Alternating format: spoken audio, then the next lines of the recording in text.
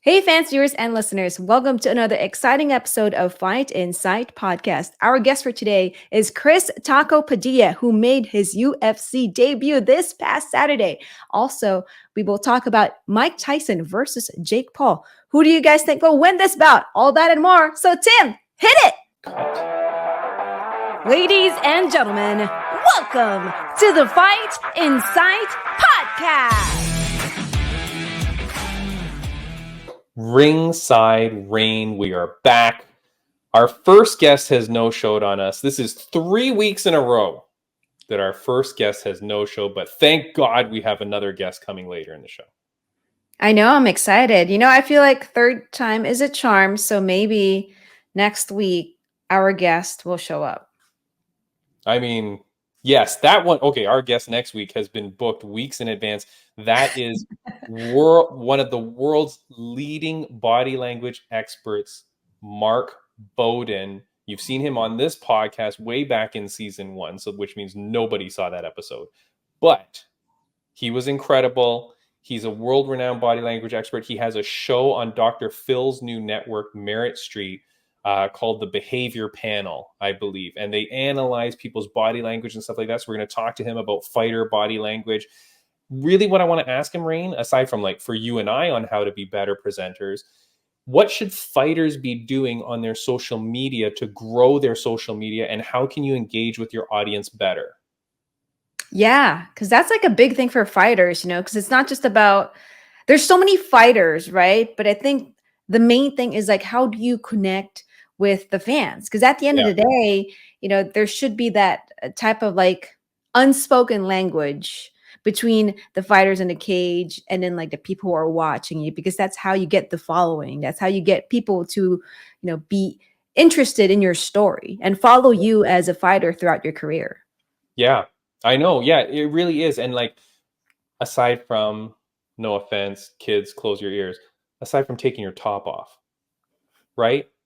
Like there are some UFC fighters that are going a little bit crazy now, right? There's if you look up Marina Moroz, she recently got some surgery, and her Instagram is just her just going bloop, bloop, bloop, bloop, bloop.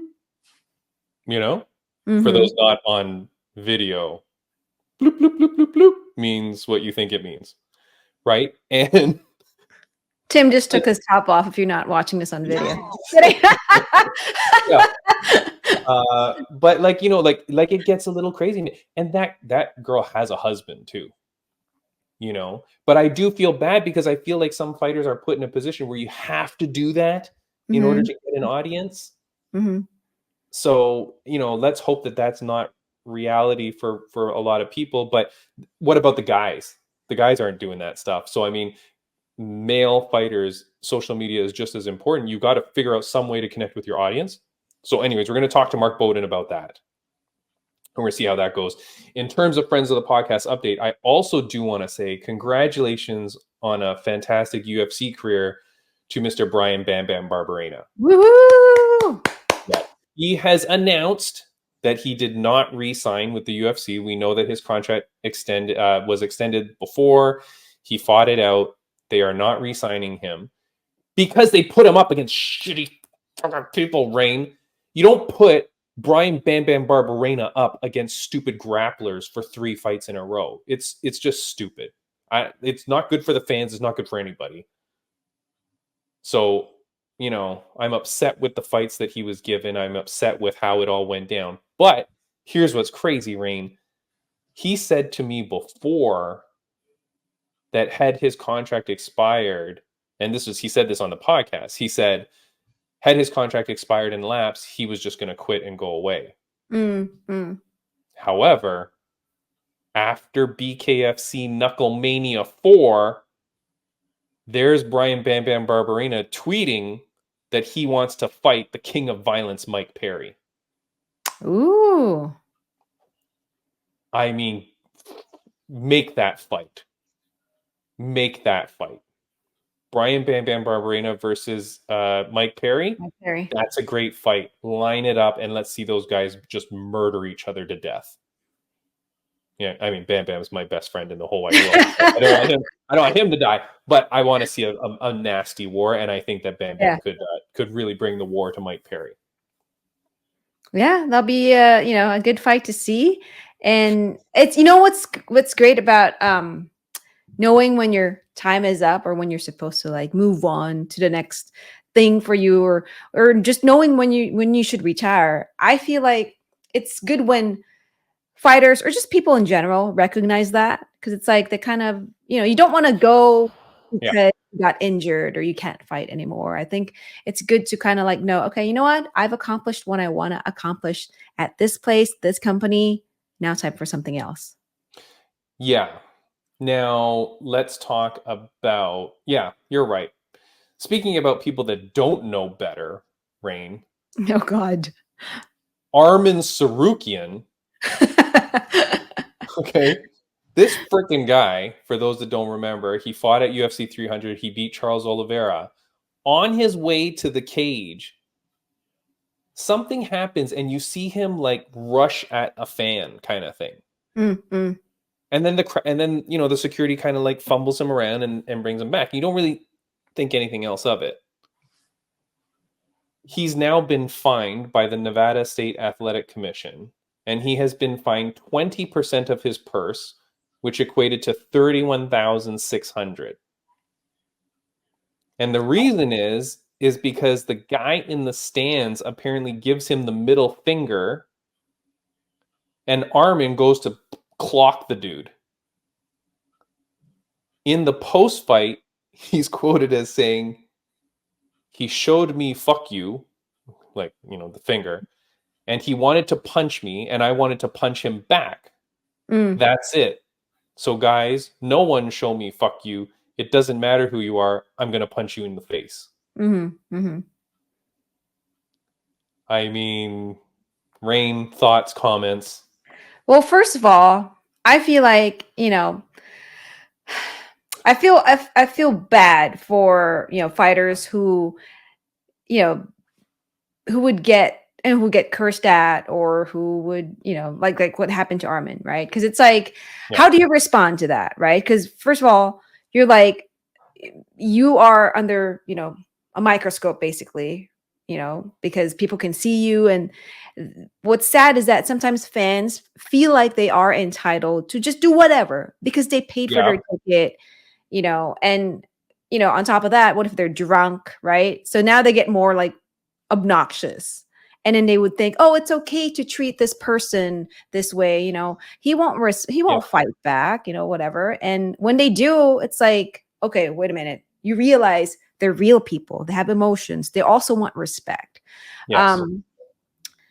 you know could it be handled a little better? Yes. But at the end of the day, Armin, he's just a human being. And if he's provoked, especially a fighter, when you provoke a fighter, I feel like that's like that's like something that you don't want to do, because you don't know how they're going to respond. And if he's like in fight mode, he's just ready to go. He has all that energy in him.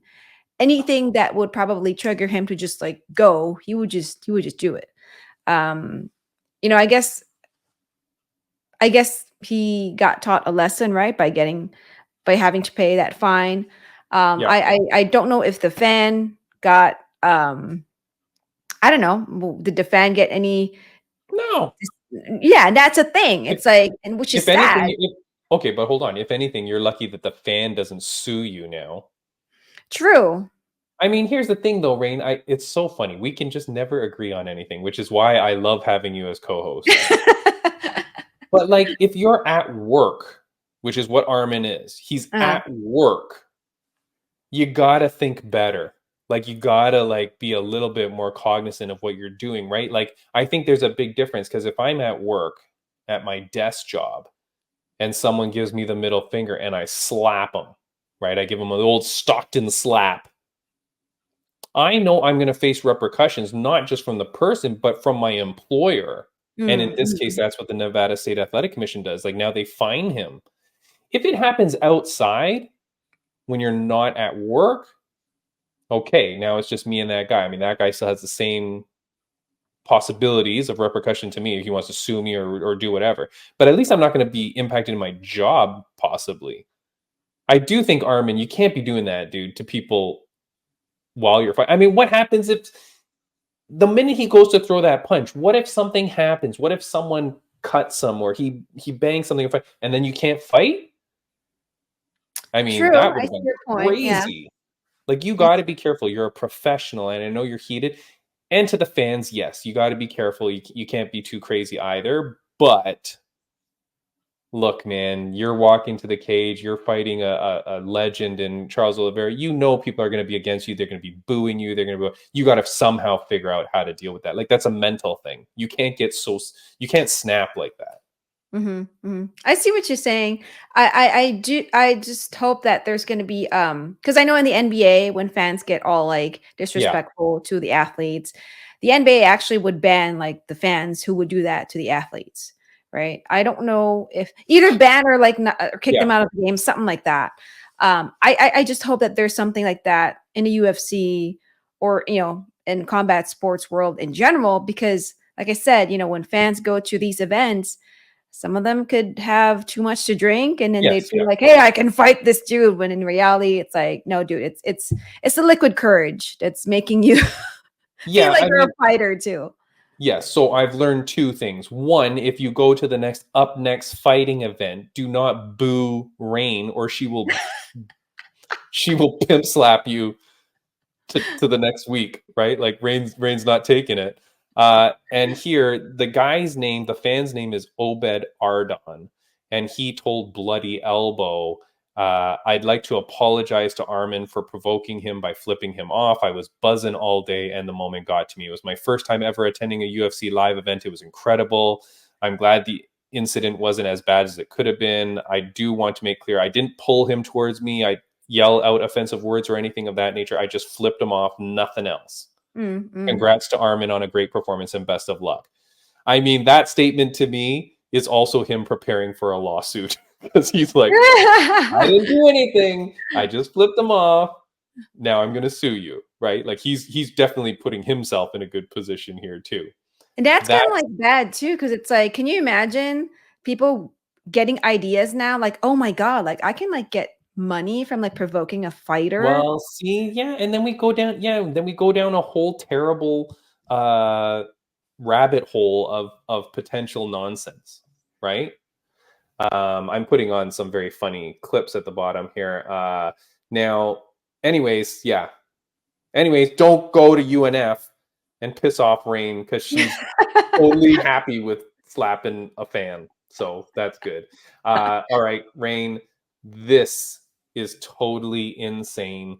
I want to make an official prediction, and I would like you to make your official prediction as well. It is here.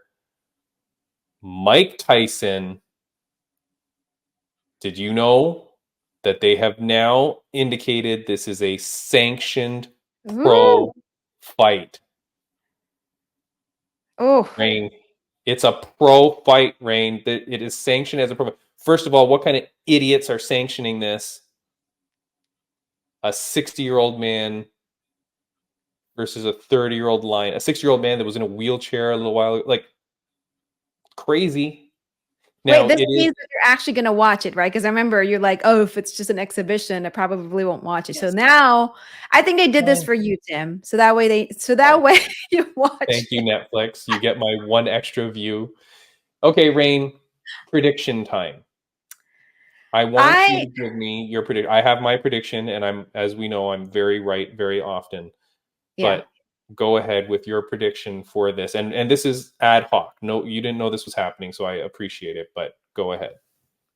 So for me, my prediction I'd hate to say this, but I probably think that Jake Paul would win because judging by the tail of the tape, right? Age-wise, it's just, I just think it's going to be Jake Paul. Now, who do I really want to win? Of course, I want Mike Tyson to win. No, we're asking for your prediction, Raine. So no, exactly. So I think it will be Jake Paul. And how does he win and in what round? I think it's an 8-round fight. Okay. 8-round fight. Oh God. Oh, you know what? I think till the 8th round actually, and then it'll probably gonna be a split decision. Oh, That's okay. what I'm gonna go for. Because Okay. let me tell you something. Because even though Mike Tyson is like twice the age of Jake Paul, right? Mhm. He's still Mike Tyson. He's a Yeah, legend. yeah, yeah. Yeah. You know, we're not just like calling a guy up who's never done boxing, who I mean, he's an athlete. At the end of the day, he's Okay. an athlete. He's Yeah. built to like fight. And I don't think his Okay. body will just forget to fight. So I feel Yeah. like I think Jake Paul would win. I think it will make it to whatever round it will be, like the final round, 8 rounds or Yeah. whatever. I think it will make it to the final round, and Jake Paul will win via split decision. Okay. And no funny business. You think this is a legit fight? You think I they are think trying? so. I think so. I Okay. always believe that everything's legit. So Rain, I'm going to tell you the truth now. we Okay. just lost some listeners right now when I said that, by the way. Yeah. I'm going to tell you the truth now, Rain. And I'm sorry that you're going to have to hear this. I'm sorry to everybody listening that's going to have to hear this. The fight is 8 2-minute rounds using 14-ounce gloves. Okay. Here's the thing, Rain. This fight is fake. It's rigged. Mike Tyson is going to win in the 5th or 6th round by body shot TKO KO. Okay, I like that. I think that the fix is in. I think that Mike Tyson agrees to this, but says, I'm not losing to you. I'm not going Mm, to give up my legacy. I think Jake Paul is going to go, I'm going to go 5-6 rounds against one of the best in the world, the best to ever do it. And I'm going to gain the respect of the fans by getting in there against Tyson. But mm. I am going to lose because if I win, there will be too many questions as to how I won. It's going to look funny. It's going to look weird. And I I think that see. there's no way that these guys are actually fighting. Okay. I see what you're So, saying. so right here, I'm saying on today, April 30th, Jake Paul wins. Oh, sorry. Mike Scratch Tyson. this. Scratch this. Today, April 30th, I am predicting Mike Tyson will beat Jake Paul by body shot KO in the 5th or 6th round. Okay. Done. I like that prediction. I mean, at the end of the day, I feel like Jake Paul is the winner no matter what, whether he wins or loses That's the belt, why. right? That's why he will agree to lose because he's still going to get the clout of going in there against Mike Tyson, against challenging himself against Yeah. one of the best in the world to ever do it. Yeah, And true. that's why this is going to go down that way because Timmy B said so. Can I also say, Rain? Wait, do you have anything else to say on this, Mike Tyson? No, no. No. I just All like right. that you picked Mike Tyson and I picked Jake Paul. I mean, personally for me, I mean I'm picking Mike Tyson too, but if we're going By off of like heart, you are. predictions, yeah. Yeah. I think, yeah. And then here's the thing, Rain. Last week on the podcast, we were talking about all those sad Instagram posts. Yeah. The person that we were talking about, the person that I was talking about, you knew who I was talking about. The person that I was talking about that had posted all those sad things Mm-hmm. pulled out of their fight 2 days after we recorded that podcast. The signs were there, Rain. Those sad posts, those cries for help that we talked about on last week's episode, Mm-hmm. it was real. She pulled out of her fight 2 days after that. We recorded that, and her opponent is pissed. Really pissed because it was going to be the main event of a card. And now that screws over that girl, blah, blah, blah. And that girl is now laying allegations going, you never wanted to fight. You were never ready to fight, blah, blah, blah. And so sure enough, there's some drama there. Yeah, that's sad. That's very And unfortunate. But you very, know, that's like the reality of this sport, right? Mhm. You know, I always go back to what Gianni told us in his interview with us, wherein this is not just a physical sport, this is also a mental game. Yep. And there's a lot that goes on when you're training. You know, you change your diet, you know, you train hard and your body feels weak, then you feel strong, and then it's just like, and then you get close to your fight day, and then all of these outside things like make you think of different things. Will I win? What's going to happen to me? Am I going to get injured? You get Yeah, anxious, and it's a lot. It's a lot. It's not just about I know. it's not just about showing up in the cage. There's a lot that goes into that moment. I know. And you know, when fighters um, go through some emotional hurdles or mental hurdles, even physical ones, Yep. I really do feel bad because, like I said, at the end of the day, we're all human, and this is just the reality of the sport and end Yeah. of life too. We're in. Exactly. You can keep training, you can keep preparing yourself, but at the end of the day, it's like sometimes there are things that you can't control, and you know I things know. like this happen. That's why you got to keep a level head. You got to keep good people around you. You got to do all that good stuff. But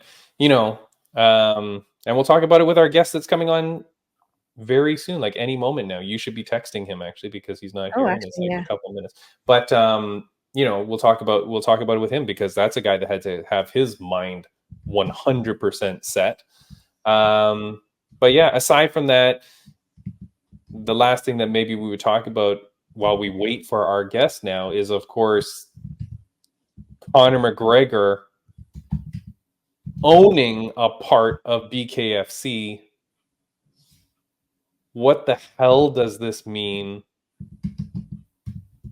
Like, Raine, I don't even understand what it means in reality. Like, okay, he buys into it and he's a part owner, but like, what does this mean in terms of like what influence he has on the business? Mind you, a business that is doing very, very well. Mm, BKFC is a very powerful brand that has done everything the right way, Raine.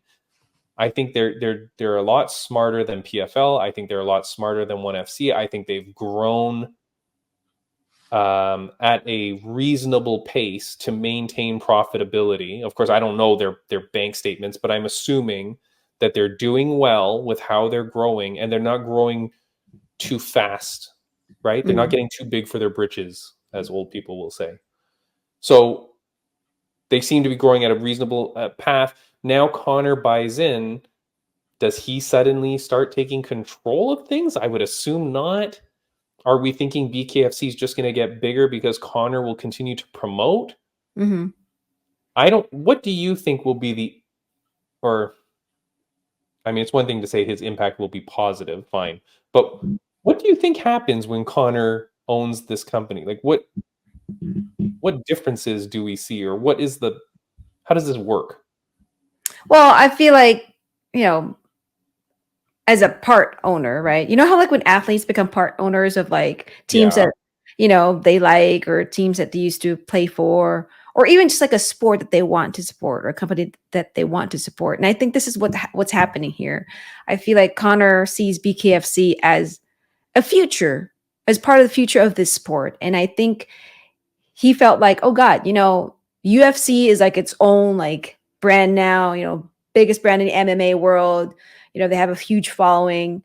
And I think in Connor's mind, how can I help the sport to kind of grow even bigger, right? And I think he was thinking of, you know what, let me support another league that's like growing in the combat sports world, become a part owner of it, and then But see where what it is goes. Okay, but hold on. But you just like every article I read is just giving me like fluff words. Of what? That Like, that he wants to support no, BKFC? yeah, but like what does he do? Like what does owning it do? Like I don't know, this maybe like funding. One would definitely be funding, I guess, like putting money into it. Um, I so mean, and but is an owner different than an investor? I think I The don't owner maybe know has the some sort of logistics. control. I don't know the logistics, but No, but because I all feel right, like both would mean no, investing but money based in it too, right? no, but based on the wording, I mean, like we hear about companies getting investors. Hmm. We hear about ONE FC getting investors from Qatar or Saudi, and we hear about PFL getting investors from Saudi groups and stuff like that.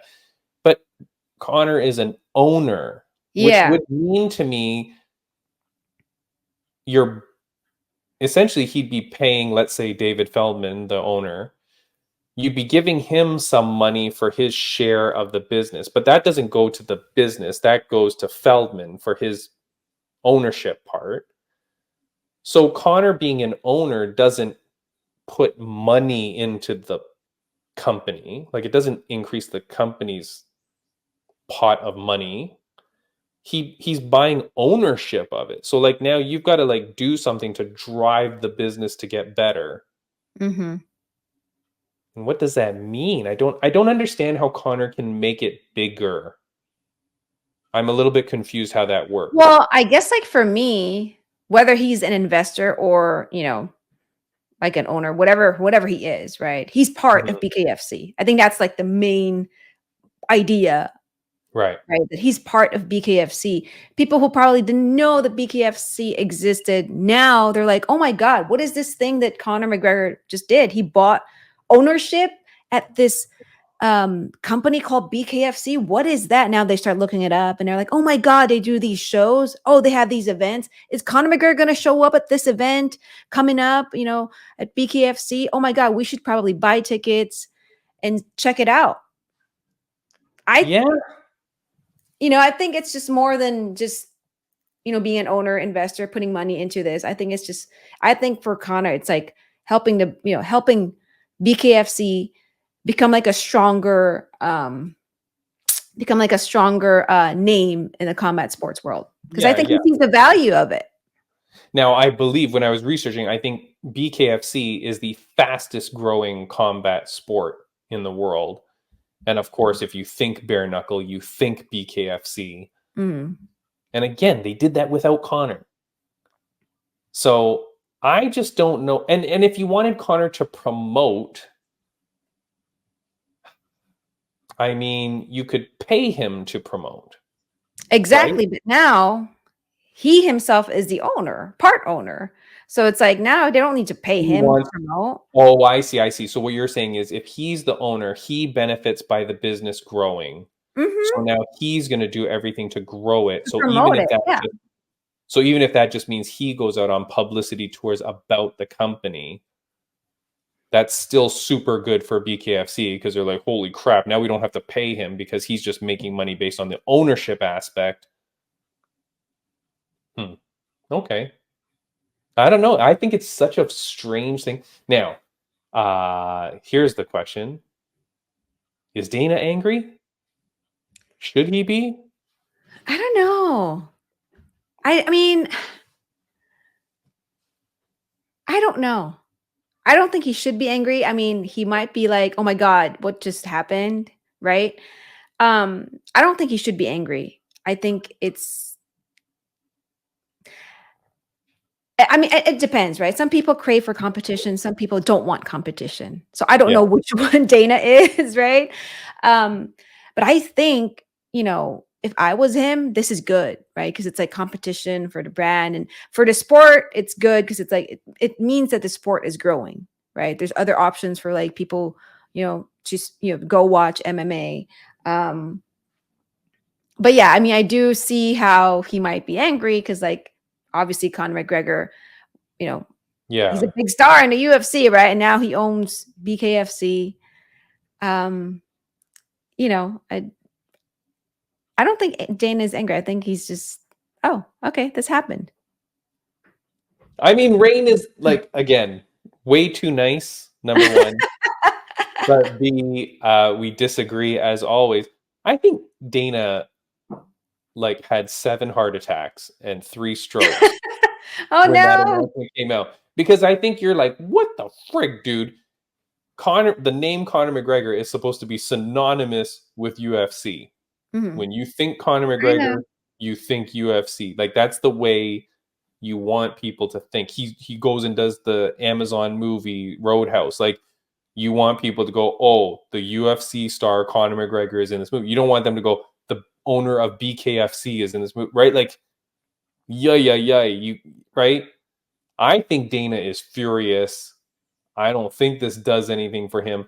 You only ever see UFC fighters going to BKFC. We've never seen it the opposite, I don't believe. I don't think we've ever seen a bare knuckle fighter come to UFC. So the BKFC growing in popularity doesn't do anything for Dana because those stars will never bring their star power to you. We keep giving up our star power to BKFC. So they feed off UFC's popularity, not the other way around. And now I think now you've just taken our friggin' superstar Conor McGregor and his name is now attached to you. And not only that, but it's attached in a very financial way. So like now he definitely wants BKFC to be potentially better than UFC because he owns it. I don't know. It's like such a weird thing. I haven't seen any comments from Dana. I haven't seen anything like that. I mean, again, it's, hey, what I do outside is what I do outside. But we've talked about this before where we say like employees of PFL or Bellator when they're on their podcast and they always talk about UFC fighters. And I've made mention before going, I think you guys should just talk about your own fighters. Like, Yeah. I think you got to like, even though it's in your own time, I still think you need to focus on, you know, the gift horse, right? Or whatever the term is, right? Don't kick a gift horse in the mouth, whatever the friggin' term is. I don't know. Anyways, whatever. You know, stay with who brought you to the dance. Whatever phrase you want to use. But like, it seems weird to me that he owns it and cuts a promo in the middle of Knucklemania 4. And yeah, I just, I don't know. I think Dana would be furious. I mean, what if, you know, Conor has been looking for that opportunity to become a part owner of something, right? And there was never an opportunity at UFC for him. And then this thing showed up at BKFC. And then he was like, oh, you know what? I've always wanted to own something, right? Like a sports league or sports team or whatever. And this opportunity popped up for BKFC. You know, at a price that for him, probably just nothing for him because he's like a super rich guy, you know. But he saw the value. It's like finding this like random stock, right? And you're like, okay, it's cheap right now, but you believe in it, you know, and then you buy this stock, you buy this, you know, cryptocurrency, and you know, it takes off, and then like counting your money afterwards. So, you know. I know. I get it. I'm just saying it's weird. There's a part of me that thinks like that someone can't be happy. And like, you know, like, hey, you want to go buy a drink brand? You want to go buy into Gatorade? You want to go, you know, into movies? You want to do any of that stuff? That's cool. But BKFC is borderline a direct competitor with our product. You know, like, it's a tough one. Like when some fighters, like they had allegiances to different beers and stuff like that. And then when Coors Light is the sponsor of UFC, some fighters would go, I don't like Coors Light, I like my beer or whatever. Okay, yeah, it's a little bit different, right? But we're talking about another combat sport organization. So it's a toughie. I don't know. All right. Where's our guest, Raine? Did he message back? Yeah, I messaged him. I don't see I don't see it. It says that he's active a minute ago. It doesn't show that it's been seen. Normally he puts hearts on my messages. He put a heart on the StreamYard link. Okay. So let's hope that he's logging in right now. And let's hope. In the meantime, let me play you this clip, Raine. It's good that I have all these like old things that I was saving up for, you know, for dead air. Here's this, Raine. Hold on. Let me move this banner out of the way. Okay, hold on. I'm going to put this title up. I studied hard my whole life for this. Oh God, what is Raine? That is what this girl is thinking, who is, well, there's a few people in the video I'm about to show you. This was from 2 weeks ago. Ryan Garcia before his boxing fight. This was his change room, Raine. Maybe the final song before the crash and burn. It's either the Titanic or to Hannibal Lecter and Tyson to the left. Either way, man. Did you see that when that happened? Did you see the clips of that? No. Oh, okay. You don't know. Okay. So what? Okay, explain for people that were not on video. What did we just witness? It was like Ryan Garcia, right? Yeah. I couldn't tell the face. Yeah, I didn't really see the face because I was focusing more on the instruments in the background. Yeah. So this is in his change room before his fight that just took place. He has like an opera, or no, what do you call it? Like an orchestra. Yeah, there's like violin and a Violins cello. and cellos, and they're playing that music. Yeah. And this was all part of apparently the story that, Garcia was pretending that he's gone insane. But so he has this like string orchestra playing in his dressing room. All I could think of, Raine, as an Asian male, is, as you are Asian as well yourself, when we're young and our parents are like putting us into music or piano or whatever, and like beating the crap out of you to go do your music lessons or your math lessons or whatever, to study hard. You're going to become a great musician. You're going to play in the greatest music concert halls of all time. You must keep doing it, give up all your friends and everything, and study, study, study, only for these people to play in Ryan Garcia's change room before his boxing fight, like a lunatic. I was just dying laughing. Like, I just thought about those people that had studied their whole lives, and next thing you know, they're contracted out to play in this crazy boxing guy's dressing room before he fights. I just thought, freaking hilarious. They probably got paid big bucks though. They were on TV, right? Yeah, For like yeah. what, 10 minutes of playing music? They probably got paid a lot of money to do that. So Yeah. there you go. You got paid what? A year's worth of your salary Yeah, of for course. doing 10 minutes of work. Yeah, That's there's good. positive Raine again. Raine, that girl's parents, are they proud of her? Sure. I think Yeah. so. I mean, after she gives them, after, she takes him out, I don't know, to a nice dinner. Hey, I just got paid. Yeah. All I had to do was play for this lunatic in this change room, and I got paid so much money. I mean, I was just so funny, and I'm just thinking, like, can you just give me 1 inch of this, Raine, and just say, like, there's a possibility that the parents are like, what the hell have you done? You have insulted the family name. All those lessons we gave you for violin, and now you're playing in a boxing event. What are you doing? I just so hilarious. But did you follow along that story about how Ryan Garcia says like everything was a joke? Like when he was pretending to be insane, pretending to be on drugs, he said he was like, yeah, like he was saying like every time like he'd be doing interviews and going like to pretend like he was on cocaine or stuff. Oh my God. Apparently the whole thing was like a total work, and that he was doing it all to like trick his opponents and the fans. Okay. and the betting line, because apparently he bet 2 million on himself. But by him doing all the weird things, people were really thinking that the other guy was going to win, so the betting line started to shift in favor of his opponent, in which case his bet became better. Interesting. That's crazy. Yeah.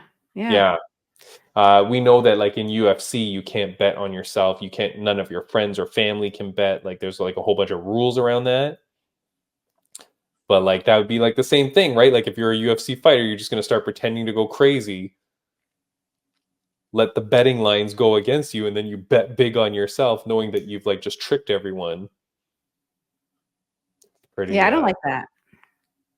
Because it doesn't make, I don't know. To me, it's like, I don't know. To me, that's when you're trying to like rig the fight. Yeah, I'm not keen on it either, because I just think like just the overall like principle of it. The honor and the respect of the sport. Yeah. Like, why would you be doing that? Like, you should just be trying to win of your own accord. Yeah. But Taco just read the message. All right. It says but scene. All right. But it's an interesting thing. I mean, like, like where does that line of honor take you? Right? Yeah. So, Said he's coming. he said he's coming? He just sent a message coming. I said, sounds good. Wait, so he's 23 minutes late, this guy. He must have. I wonder if he was training, It's good that he wasn't 23 minutes late for his fight. I mean, I do have some questions for this guy, I'll tell you. I watched the fight. I was surprised they never mentioned UNF once.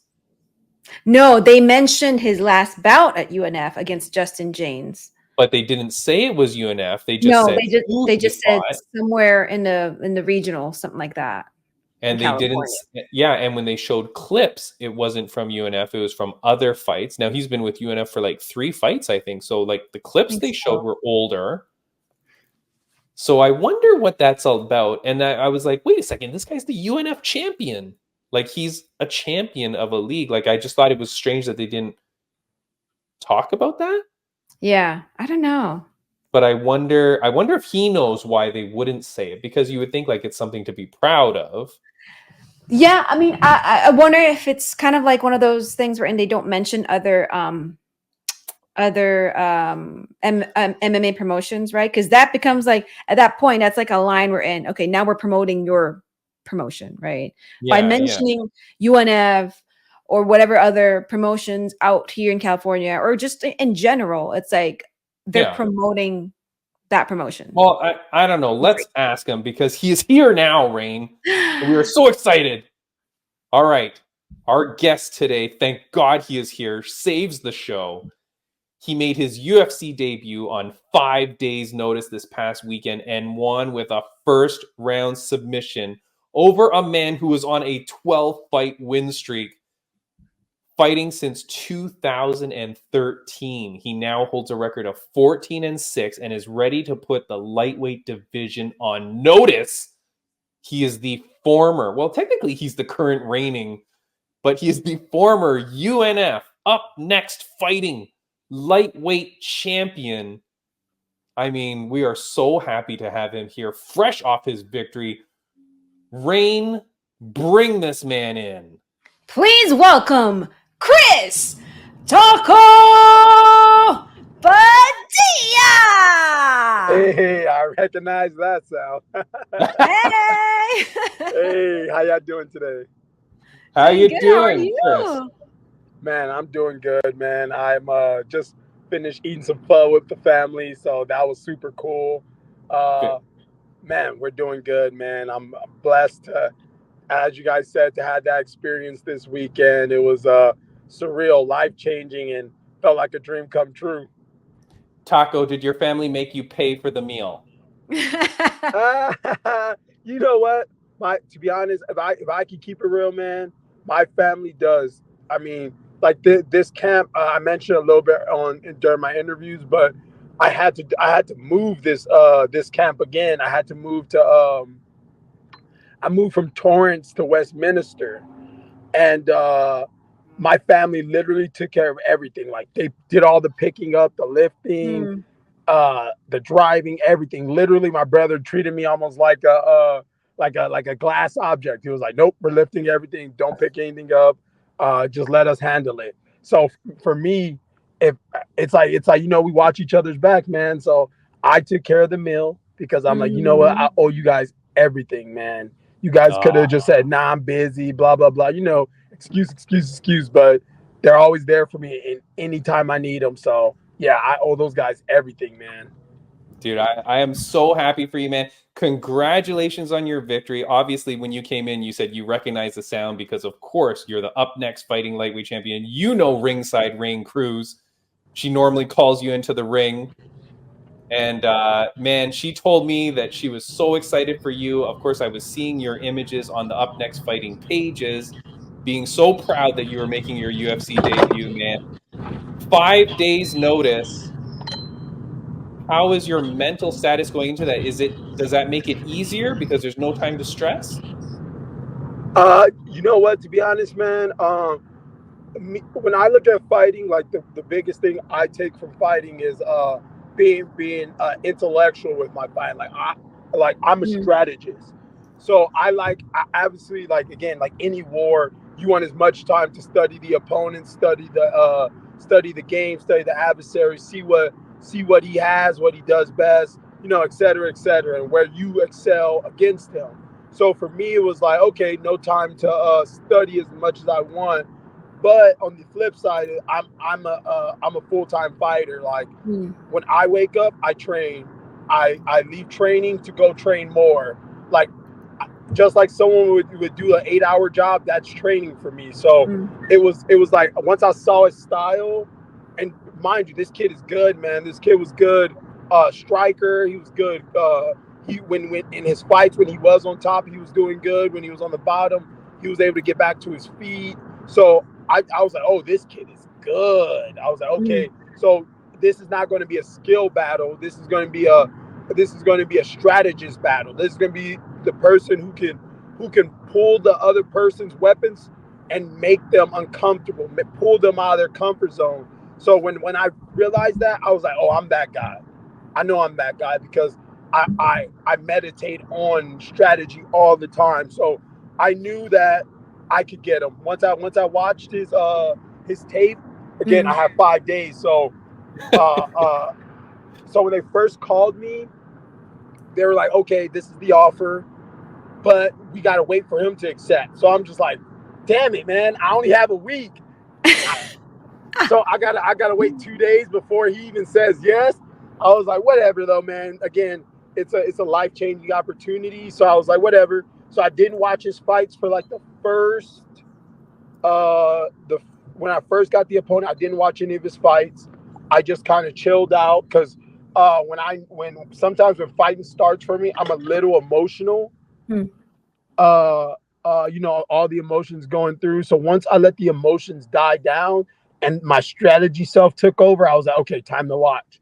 I watched every one of his fights and I was like, okay, he definitely beat some guys with some big records. He beat good fighters, but I said a good fighter doesn't make it a smart fighter. And when I watched his opponents, I was like, no, they're not as smart as me. So when he faces me, he thinks he's going to get a guy who's focused on skill versus a guy who's intellectual, So I just pulled him apart piece by piece and first round finish, baby. Yeah. It was easy beautiful. Peasy too, man. I do want to say you've got some of the best hair in the game. Ooh, thank you, man. Thank you.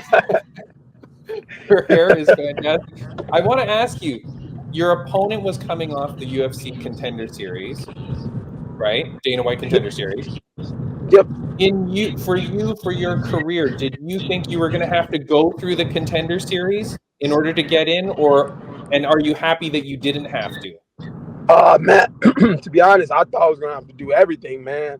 The way it was seeming, the way they were kind of, holding me back, and no fight there, okay, this and that. So I thought I was gonna have the Contender Series. Then I thought I was gonna have to win one, then come back, win again, and then after that, I thought I was gonna have to go through Ultimate Fighter. Like, I thought I was gonna have to do everything, man. But for me, the reason I didn't want Contender Series is because I'm not really a kid at this anymore, man. Like, I'm not. What was he? 12 and or 14-2? I'm not 14-2, man. I fought guys. If you look at my record, man, if you look at all my losses, they're either to UFC guys, veterans, or to a PFL fighter. You know what I'm saying? So I've already fought the highest level, man. I ask any of those guys, man, no one's ever just beat me downright. It was always like, damn, we barely just got by Taco, So I didn't think I needed to, but I'm happy I got to beat up a Contender Series guy because, look, if you wanted to put me through Contender Series, this was supposed to be the star boy, and what did I do with him? One round, and not even a hard round. Me setting trap, and he fell into it. Like, he's a 24-year-old kid, man, and I remember being 24 and like brash, man, just wanting to scrap, wanting to get in there and just cause violence. and I'm not that guy no more. Like, I'm violent, but my violence comes with nuances and traps and setups. And there's so many things that go into how I commit violence. So, yeah, I didn't think I had to, but I knew I would have. But like I said, violence is violence, man. I would have did it either way. Dude, it's crazy, man. I'm so happy for you. You know, I will say that I'm not a huge fan of the Contender Series because I feel like that always puts a lot of pressure on these guys to get that win there. And if you lose at the Contender Series, it's really weird because it seems like it might set you back a lot. I do like it when guys just get their shot in like you have. And I'll say a friend of the podcast that made it in the same way you did was the Maniac Marcus McGee. Oh, yeah. Also a guy who has very cool hair, by the way. So I don't know if that's a commonality. Good luck. It's definitely a thing. He got a short notice fight into UFC and now has won 3 fights in a row, 3 bonuses in a row. Like, he's doing his thing. So I'm so happy for you. When you get this call up, do they give you a contract? Like, are you on a 4-fight contract? It wasn't just a 1-fight deal, right? No, I got the 4-fight. Yeah. 4 fights? Yeah, all 4. Yeah, I got 4 fight. Yep. Awesome, man. Do you need Raine to renegotiate the contract for you now that you're already did Raine call him up? Hey, Raine, tell him I'm definitely worth more than they thought. Yeah. Making the call right now. Hey, thank you, Raine. I appreciate you. Yeah. Taco, are you upset? Okay, here I was just a bit upset because obviously, you know, I'm in Toronto, Canada, and you know, Raine's been my co-host now for a long time, and so I'm a big UNF fan. So I'm always happy when you UNF guys make it. They never said that you're the UNF champion on the broadcast. Why do they not say that, Taco? You know, man, if I can be honest, man, I think it's just one of those things where they're just kind of at the highest level, man. They just try to sun everybody, man. That, like, if I get, like, if you guys are big rap fans, it's just, that's like something that's real popular in rap, where they're just trying to sun you, make you feel like, that you did that, but it is what it is. Like, that, you got to prove yourself here. Like, you could be whatever champion you want, but you're not, you haven't done it here yet, you know? Okay.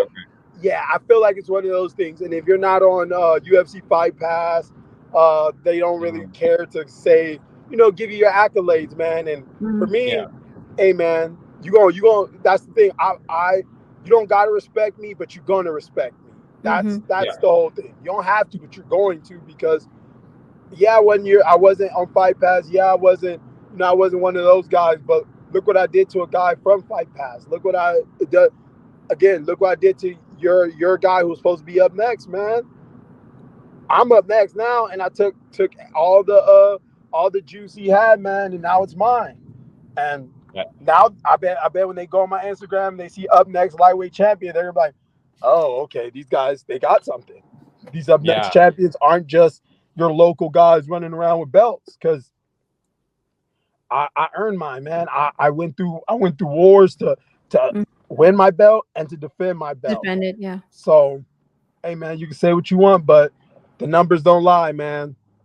That is correct. So, okay, so just to clear up any conspiracy theory that I was about to create, they didn't tell you, don't say you're the UNF champion. Like, they never said that to you, though. No, I mean, no one's ever pressed me about it. No, but they didn't tell you specifically, don't say it. Like, if you were in an interview backstage afterwards and you had said, yeah, man, I'm the former UNF lightweight champion, I'm so happy to be here, they wouldn't say like, whoa, don't say that. I don't think so. But again, don't let me, I wouldn't even know. But I know they keep things, I know they can run a tight ship, but I don't think they would. But again, don't quote me on it, because I don't know. Don't say anything. Don't say Timmy B told me to say this. I don't want to get in trouble.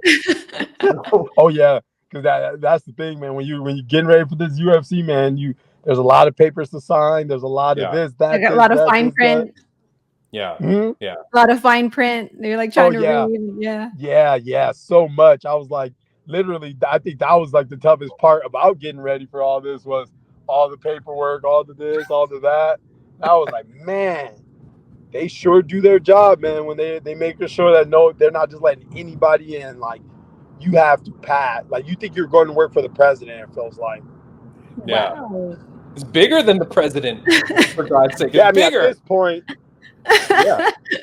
Taco, I just have a few questions for you, if you don't mind, my friend. You're okay that we're asking you some questions? Of course, man. Hit me. Yeah. Okay. I didn't hear it on the broadcast, and I gotta ask, why Taco? Man, Taco comes that's like a crazy funny story in its own, man. So me and my boys, man, when we were coming up in high school, we're ninth graders, about to go into 10th graders. We decided we wanted to be like Jackass kids. You know how Jackass was the biggest thing in our time. So we all like had our own names. My boy Monkey, Jay, Eduardo, Ezekiel, DeAndre. Like, we all had our stupid nicknames. So I was like, Taco's gonna be mine. And then from there, man, we just did a bunch of Jackass-like shenanigans. And then, like, somehow, man, I just remember going into fighting. And then when they asked me, they're like, what's your nickname? And for me, I've never thought of Taco anything less than this kid who just does wild shit. And I stuck, man. And the other fighters kind of laughed at me because when I made my debut, that my nickname was Taco. And the only thing in my head was, oh, I'm going to give y'all a reason to laugh. Trust me. I don't know. I think food taco, and I'm thinking ass-whooping psychopath taco. So, yeah, that's the taco I think of. And it kind of, like sometimes life down the way kind of explains itself. The way I think about it, man, is I have a style of anything, man. Like, you can get anything in a taco, bro. I can come at you with anything. If I need to strike you, I'll strike you. If I need to elbow you, I'll elbow you. Oh, hold on. So he got disconnected there. Because I think he's driving. That's a cool story, though. His audio started to go, and then I think he might be getting a phone call, because right now his screen is black. All right, you're back. Yes, sir. Sorry, All I right. had to vanish. How's it going, my friend? All right. What were we saying? We were saying about Taco. Your nickname. And like your nickname, Crazy. So okay, yeah, you're a psychopath Taco. Pretty good. I like it. Raine, what did you want to ask the gentleman? Oh God. So the last time I saw you was at UNF 18. I think you were cornering one of the fighters from CMMA. That was like Saturday. And the next thing I know, you announced like this, that you will be debuting at UFC. That was like, I think within like 2 days. When did you get the call and how did it all go down? Like, what were you doing? I feel like it all happened like really fast. So pretty much, I signed with a new management team, and they said like, hey, you will get the call, but you have to take a fight for May. And I was like, okay, I'll take the fight in May. They said, if you win this, you're definitely in. But if something comes up in between, you could get that too. And I go, whatever. I always say, just point me in a direction and I will go in that direction. I won't turn left and I won't turn right. I always keep my eyes straight. Easy. So I go, okay, whatever. So then literally, as funny as it sounds, as I'm taking a dump, I'm chilling out on my phone. Manager calls me and goes, we got the call. And I'm like, oh shit, you're lying. And he's literally, like, oh shit. Unintended. Right. And it, like, after I defended my belt, they literally asked me, they're like, all my friends are like, what do you think it'd be like getting signed? Blah, blah, blah. Do you go to an office? I'm like, and every guy I talked to, they're just like, nah, it was just casual. Like, they'll be eating pizza, they'll be doing some fat guy shit, and they'll get the call and they just look at the food and go, damn. So me, I finished teaching a class, I go take a dump, and I get the call while I'm on the shitter. And I go, I'm cutting weight. Why not? I'm ready already. So then they let me know. They're like, okay, you got the call now. We got to see if they accept. I'm like, perfect. When's the fight? Next week. And I go, okay, I can do it. And then day 1 passed, and I go, okay. No response yet. Day 2 passed. I go, do you guys know the fight's next week? Are you going to say yes, or like, let me know, man, because I'm staring at this food right now and I'm hungry. Okay, Yeah. so if you're going to tell me, please, because they always wait until you throw away the good food and they're like, nah, never mind. And I'm like, bro, I just paid. Oh my God. So I was like, whatever. I threw away the good food, put everything away, and I'm like, whatever, I'll be ready. Fucking, they called back at night, next day, and they were like, this is the call. You got it. And I go, perfect. So the day you saw me, I already accepted the fight. We're already on the way. The guy accepted the fight, and I was just cornering my one of my proteges, I like to call him. He's a good kid, Karan Descenda. But yeah, and from then on, I was just focused, running every day, bags, sweat, just torture, your daily torture essentially. And then we were ready. So it wasn't that. That's why, like, when it was funny watching them miss weight. And like I said, I don't shit on people for missing weight, because you never know. The guy could have been sick a few days ago, whatever, or he could have just been bullshitting. I don't know. Not my problem. You lost 20% of your purse and it went to me. So who doesn't need extra money? Oh, jeez. That was a perfect soundbite, actually, for it to cut. Yeah. That was funny. So ridiculous. Let me just see if he comes back here. Hold on. There he is. I feel like America's Most Wanted at this point, man. Jesus. Jesus. Are you? Wait. What's happening? Are you just keep getting phone calls and stuff? I think so, man. That's why I'm like, bro, no one ever wants to talk to me this much ever. Taco, look, here's the thing, man. I know you were a new guy, like, you had your spot here in UFC, but like it was like a quick notice and all that. Dude, you're such a likable guy. You're such a personable guy. You're well spoken. You're friendly as heck. I can't wait for you to get the shine that you deserve. You know what I mean? And I'm really happy that you got that 4-fight contract that Raine is going to renegotiate for you this week. So, yes, Raine. Making that call right now. Tell them my demands. I need my Jason mask. I need to be able to bring another prop at least. Can you bring the Taco Man? Because I remember at UNF 13, you got the Taco Man. Yes. Inside. I remember that. Yes, exactly. I need tacos as another bonus. Yeah. And I need guaranteed fight bonuses every time I finish. Guaranteed. Yeah. Please. After Taco, that, I'll give them anything they need. You're forgetting the most important thing. You need to negotiate that Raine Cruz announces you in every time. Yes, Raine. You're going to have to give me the best yell ever. But only there me. You go. If you announce anyone else, I don't know how I feel about it. Oh. Yeah, I'm only going to announce you. I'll be your personal cage announcer. There you go. I love it. We're going to go negotiate with it. Taco, thank you so much, dude, for spending the time with us. I'm not going to keep you long. We got to get out of here too. But here's the thing. Once you come on the podcast, you're a friend of ours forever. And so we're going to expect you to come back before your next fight. We want to talk with you, see how things are going. Make sure you get a better cellular plan so that you don't keep disconnecting on us. But I do Funny have enough, one. I'm actually working on that. Are you? Yeah. Hey, man. Okay, before I ask you my last question, sponsorships now. Does this change your life? Does this, now you being a UFC fighter, will this parlay into better things for you that way? Yeah, man.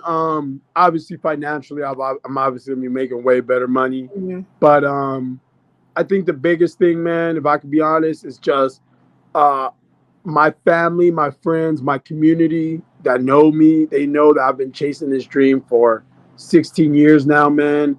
And I think just showing them that, hey, man, the sky's the limit, man. Like, stay on your shit. Just keep working. Keep being diligent about it. I just saw this quote earlier. It said, once you figure out what you want, say no to everything else, man. And that's really the thing, man. Like, everything that's going to come with what I want, I've always wanted. It's like imagine you want to be at the party, the girls, blah blah blah. That when you were younger, that even though I don't really want all those things. Those things are there now. If anything, they're more plentiful now. Now that I'm a fighter and I've achieved my dream. But that's what I mean. Like the things that you really want will always show up when you go after what you really want. If you do all these side questing, man, don't be surprised when you get stuck doing side quests for the rest of your life, dude. So, yeah, guys, if I can say anything, stay on your shit, man. If you want it, get it. Be ready for whatever comes back at you because it's just testing to see how much you really want it. That's it. Raine, he has said so many great motivational quotes that in my head, I'm like, I'm going to cut this thing for a clip. I'm going to cut this thing for a post. You've said so many good things, dude. I love it. Taco, you made mention a little bit about the ladies. Are you a married man? Do you have a girlfriend? What's your deal? I'm not a married man. I do have a girlfriend. Okay. I think marriage is one of those things you probably want to take your time and save, man. It's not I don't see it as something that you want to just throw out there. You know, even if you be with someone for a while, I like for some reason every time I see someone get married and there's like I'm like congratulations, all that, and then it's like a year later, yeah, we're getting a divorce. I'm like, why then? Yeah. So I just I don't like the label thing, man. I don't really like yeah, I just don't like it. I don't like having to I feel like when people get labeled something, they kind of take it too much to the head, and then they like, you're married to me, you gotta do this. I'm like, bro, I was with you before. Why does being married to you make anything more? If I like you, I'm gonna be with you. If I don't like you, I'm not gonna be with you. That's it. So why do I gotta be like, oh, I don't like you no more? Now I gotta go sign this contract. I gotta give up half of this, half of that, and this to not like you anymore? Nah, you can miss me with that. You won't get me that way, marital system.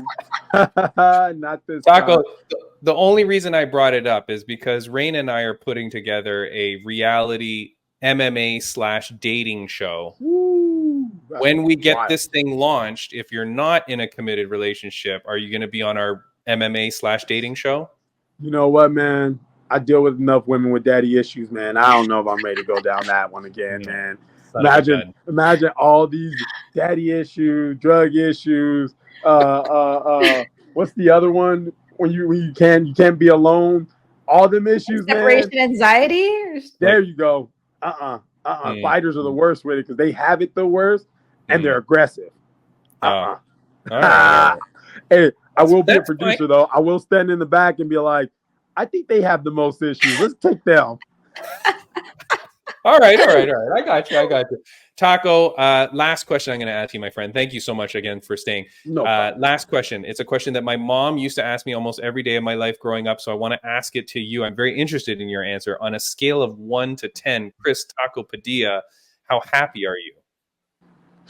Man, that's a deep question, my friend.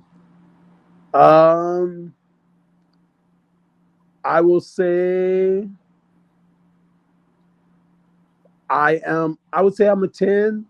Ooh. But also I think I'm sincerely happy. I just, you're just not happy all the time. But I think I do have a good amount of sincere happiness to myself. And I actually just told my friend this. I think for once in my life, I can honestly look at myself and kind of just say I'm proud of myself. I don't think that's something I've ever been able to tell myself for a long time. And for once, after my fight, and it wasn't so much of winning, because I think I would have been proud of myself winning or losing. I think it was just seeing that I was able to stay committed, man, through all the dark times, and I was able to stay committed. I think that's the thing that makes me the happiest. I love it, Raine. Anytime we ask someone the question and they sit there and pause for a second and makes them think, I know that we're going to get a solid gold answer. And Taco, I really like your answer. No one's ever said about being proud of themselves as a form of happiness. We've been asking this question for months and months and months. So every week we're asking at least one person that question. I really like your answer, man. Just know that Raine is super proud of you. I am super proud of you. Your family is super proud of you. All your new fans are super proud of you, my friend. Congratulations on a wonderful start to your UFC career. Can't wait to see where it goes next. Raine will be renegotiating her contract in right after this podcast. And I can't wait to see what's next for you, my friend. So thank you so much for joining the podcast. Thanks for spending the time. We really appreciate it with all the glitches. Good luck on the new cell phone plan. Work on that. And we'll see you very soon. When do you want to fight again? When, how long? Oh, you called the guy out. You want the sphere. Mm-hmm. That would be cool. Mexican Independence Day, right? Yeah. That would be lovely. Dude, you know, man, I think the biggest things and not that I don't have fans everywhere, it's just I noticed what I learned from like marketing and all those things, man, is that you got fans all over the world, but there's a concentration of your fans, you know? Mm-hmm. And I believe my fans would love to tune in the Independence Day. And you know, I want to speak to a certain audience, and I think that's my audience right there. I don't need to win everybody over. I need to win my audience over, and whoever else wants to hop on and enjoy the taco show, come. But I don't need everybody, man. So I think that'd be a big day, man. And like I said, two Mexican fighters going at it, man. What's better than that? I love it. And hold on, just because, you know, for people that are new to you, you're 100% Mexican? Half Mexican. On my mom's side, which I've just found out recently, I'm Cameroonian and Indian. Dang. Yeah. You do have a very interesting look. Like that's why. Like I'm like I know he's half of something, but yep. Okay. And hair too. You know, I think the trouble is sometimes growing up, because we're labeled as like black people forget that black people are like there's multi-dimensionalness to being black, you know? And then when you start looking, you go, well, these black people look different than each other. And then you start going, and then you talk to great grandpas and stuff like that. Then you go, oh, okay, that makes more sense. So on my black side, I'm Cameroonian and Indian, but on my dad's side, Mexican. Oh, there you go. All right, and so it all makes sense. Okay. We're putting it all makes sense together. why I'm so oddly put together.